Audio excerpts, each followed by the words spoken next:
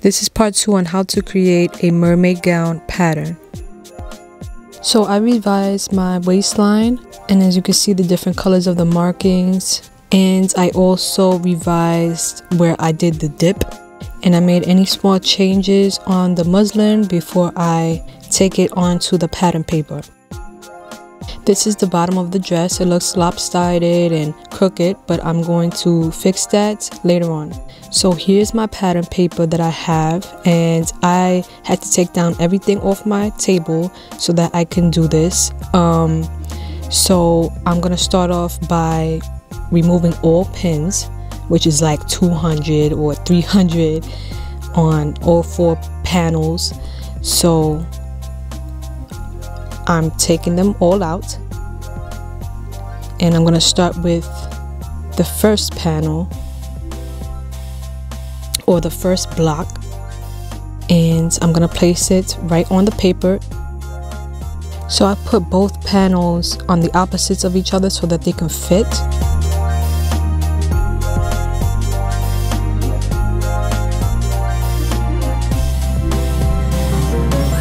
And now what I'm gonna do is I have all my supplies, and I'm gonna start off by using my tracing wheel and marking the waistline. And I like to just go over it a couple of times so that I could really get the markings when I remove the muslin piece. So I'm just gonna follow the lines of where I've marked on the muslin, making sure I indicate my apex, which is the highest point of my breast, or the breast of the muslin, and I'm going right up to the shoulder area and also the armhole. And this is the front portion of the dress. So I'm making sure that I mark that, and I'm just marking the middle of that armhole. Now I'm going to mark my seam allowance, which is a 1/2 inch, and I'm gonna do this all around the gown from top to bottom. So you want to make sure that you're marking correctly when it comes to the seam allowance. Now I like to do it while the muslin is on, but you can do it once you have drew in all the lines, and then draw in your 1/2 seam allowance, or whatever seam allowance you choose to do. So I'm going to continue to trace, and like I said, I like to go back and forth so that I can really see those dots when I remove the muslin.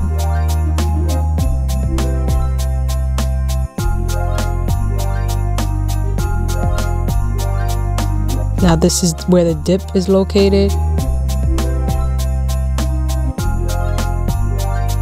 and I'm putting my 1/2 inch seam allowance on both sides.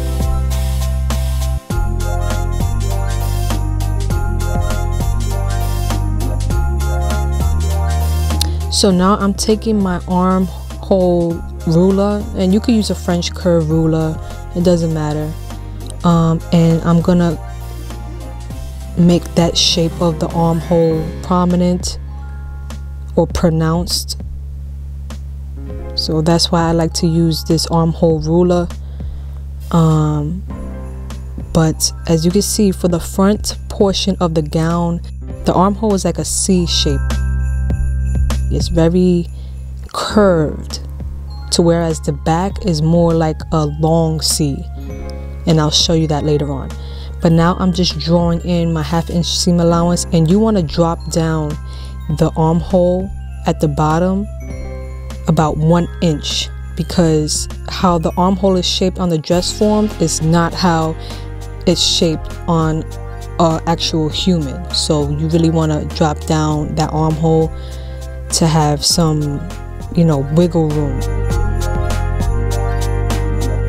So So I'm marking my 1/2 inch seam allowance all around. And for the shoulder, you want to draw it like you're drawing a smile. You don't want a frown type line, you want a smile. So I'm doing like a slight curve because that's how the shoulders is. It's kind of like curved. So you want to make sure you do that.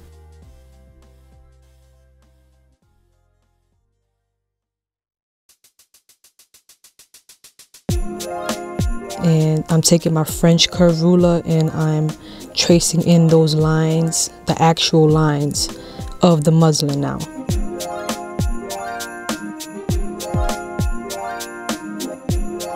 And sometimes if the ruler doesn't work for you, you could just by hand draw in the line.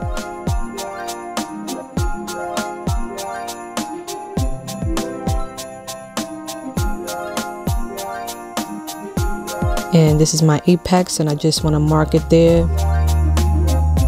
So now I'm going to continue to do this all down the gown, and I'm just going to do it little by little, starting off with the top portion, then the middle portion, then all the way to the bottom.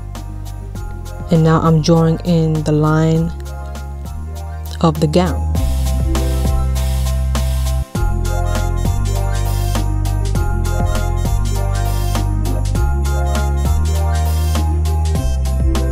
Excuse my arm there, but I'm just showing you the 1/2 seam allowance that I'm drawing in now.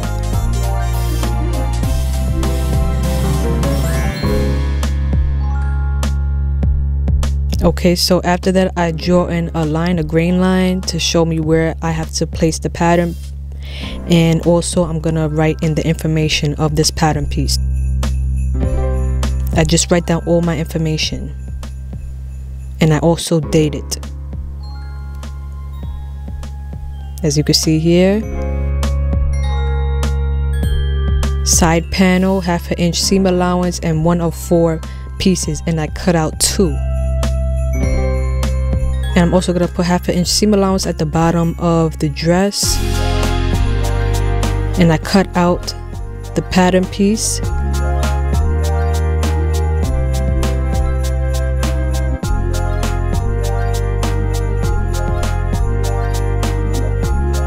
And here I put a 1/4 inch seam allowance at the neck because you don't need that much. You don't need a 1/2 inch.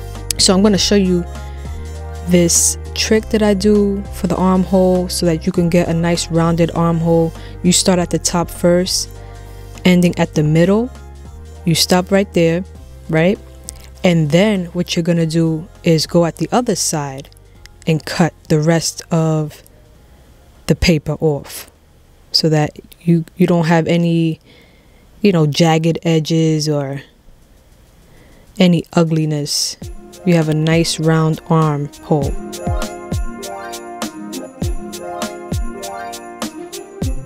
So in the event that you want to just use the skirt of this gown, you just fold over the bodice and you get your skirt. And if you want to use the whole gown, you just use the whole pattern. So I'm just going to cut out the rest. And I'm on to the back portion of this gown. And I'm removing all the pins again.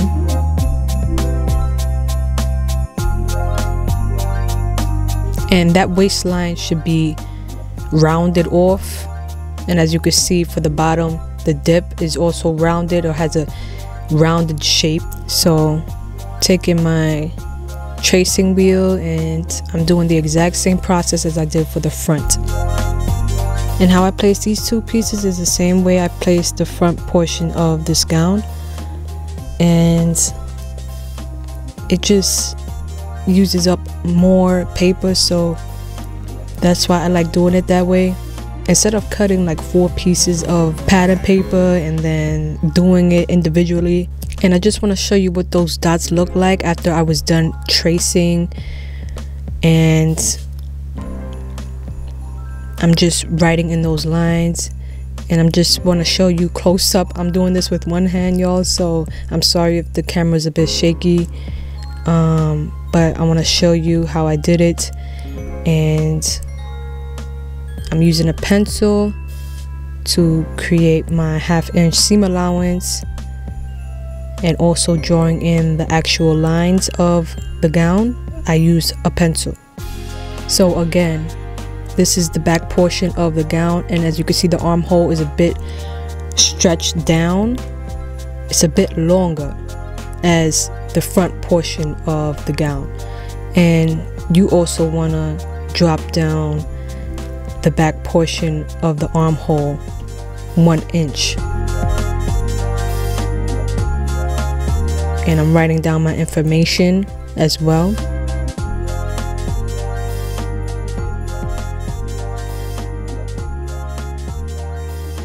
And here it is. Here are all the pattern pieces, front and back. And what I'm now going to do is create my notches. Now, if you don't have a notcher, it's okay. You can use scissors. I have a notcher, so I'm going to use that. And I'm going to create notches to where I can indicate which is the front and which is the back. So you do 1 notch if it's the front and 2 notches if it's the back.